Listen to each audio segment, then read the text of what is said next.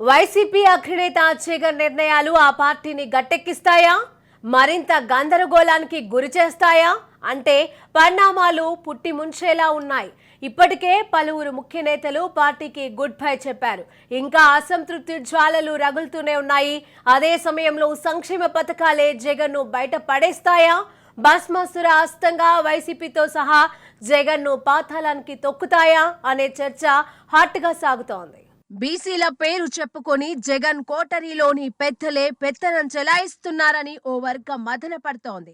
కోటరీలోని పెద్దల మితిమీరిన ఆధిపత్యాన్ని భరించలేక రాజకీయంగా ప్రాధాన్యం దక్కక బడుగు బలహీన వర్గాల నాయకులు పార్టీని వీడుతున్న ఘటనలు వెలుగులోకి వస్తున్నాయి. మరికొందరు జగన్ను ప్రశ్నించలేక అసంతృప్తితో ఎప్పుడు పార్టీని వీడిపోతారో తెలియని పరిస్థితులు నెలకొన్నాయి.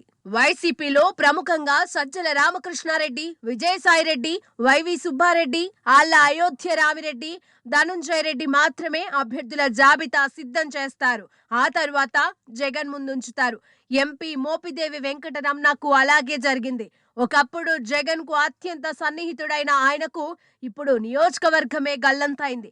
సొంత నియోజకవర్గం రేపల్లెలో మోపిదేవిని పక్కన పెట్టి కొత్త వ్యక్తిని వైఎస్ఆర్సీపీ సమన్వయకర్తగా తెచ్చారు. మోపిదేవిని సీఎంఓకు పిలిచి ఆయనకు అవనిగడ్డలో అవకాశం ఇస్తాం, అక్కడ పోటీ చేస్తూనే రేపల్లెలోనూ పార్టీ అభ్యర్థిని గెలిపించాలని కోరారు.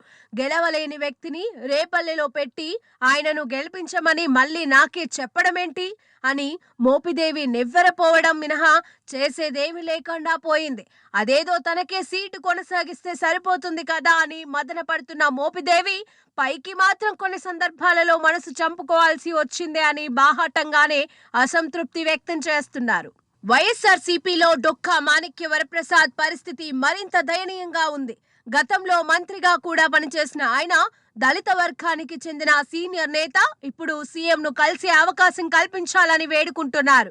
గతంలో డొక్కాను అడగకుండానే తాడికొండ నియోజకవర్గ వైఎస్ఆర్సీపీ సమన్వయకర్తగా నియమించిన జగన్ ఇప్పుడు మాజీ హోంమంత్రి సుచరితకు అప్పగించారు.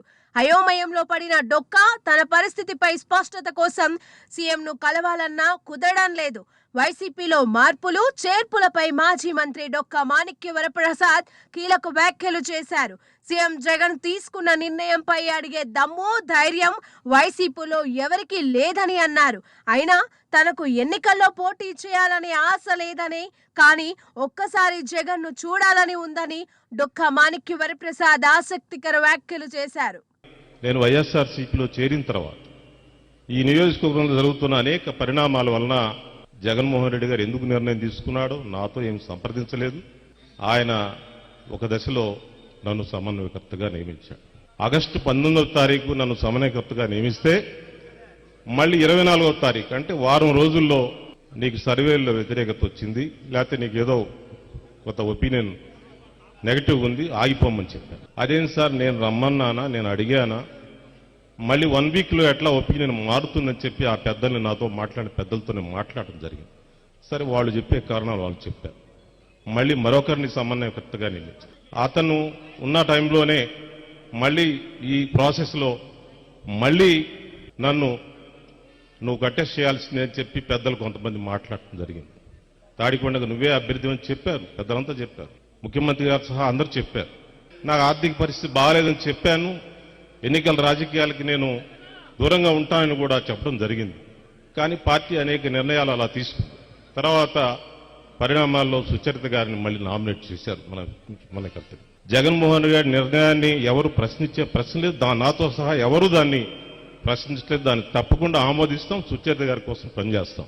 నాకేం లేదు, ఒక్కసారి సీఎం గారిని చూసే అవకాశం నాకు కల్పించమని అప్పిరెడ్డి గారికి అందరికీ విజ్ఞప్తి చేస్తూ వచ్చే ఎన్నికల్లో సుచరిత గారి కోసం పనిచేస్తానని తెలియజేస్తాను. మరో బీసీ నేత పెనమలూరు ఎమ్మెల్యే పార్థసారథి పార్టీలో తనకు జరుగుతున్న అన్యాయాన్ని సామాజిక న్యాయ సభ వేదికపైన చెప్పేశారు. వైఎస్ఆర్సీపీ కార్యాలయాన్ని హైదరాబాద్ నుంచి విజయవాడకు మార్చినప్పుడు తన సొంత స్థలంలోనే ఏర్పాటు చేసి అన్ని ఖర్చులు భరించిన పార్థసారథికే తలవంపులు తప్పలేదు. తనను జగన్ గుర్తించడం లేదని ఆయన ఆవేదన వ్యక్తం చేస్తున్నారు. అనకాపల్లి ఎమ్మెల్యే గుడివాడ అమర్నాథ్ పొలిటికల్ ఫ్యామిలీకి చెందిన వ్యక్తి. 2019లో ఆయన వైసీపీ ఎమ్మెల్యేగా గెలుపొందారు. జగన్ రెండో మంత్రివర్గ విస్తరణలో ఆయనకు ఐటీ మినిస్టర్ పదవి లభించింది. ప్రతిపక్షాలపై ఘాటైన విమర్శలు గుప్పించడంలో ముందుంటారు. ప్రస్తుతం వైసీపీలో ఆయన పరిస్థితి ప్రశ్నార్థకంగా మారిందనే టాక్. అయితే ఎంపీ బరిలో దింపేందుకు తాడేపల్లి పెద్దలు డిసైడ్ అయినప్పటికీ ఆయనలో అసంతృప్తినే ఉన్నారు. ఇప్పటికే ఆళ్ల రామకృష్ణారెడ్డి పార్టీకి గుడ్ బై చెప్పేశారు. వైఎస్ఆర్సీపీలో చెప్పే సామాజిక న్యాయాన్ని భరించలేక ఎమ్మెల్సీ వంశీకృష్ణ యాదవ్ పార్టీని వీడారు. జనసేనలో చేరిన ఆయన వైఎస్ఆర్సీపీ కోసం ఆస్తులు అమ్ముకుంటే కనీసం తనను మనిషిలా కూడా చూడడం లేదని ఆక్రోశించారు. వ్యాపారాలను దెబ్బతీశారని జగన్ కు చెప్పుకుందామంటే కనీసం అపాయింట్మెంట్ కూడా ఇవ్వలేదని వంశీకృష్ణ యాదవ్ వైఎస్ఆర్సీపీకి గుడ్ బై చెప్పారు. జగన్ నిర్ణయాల కారణంగా పార్టీలో మరింత గందరగోళం పెరిగిందనే టాక్ వినిపిస్తోంది. అసెంబ్లీ ఎన్నికల నాటికి అసంతృప్తి నాయకులు ప్రత్యామ్నాయం చూసుకునే అవకాశాలను తోసిపుచ్చలేమని రాజకీయ విశ్లేషకులు అభిప్రాయాలను కాదనలేము.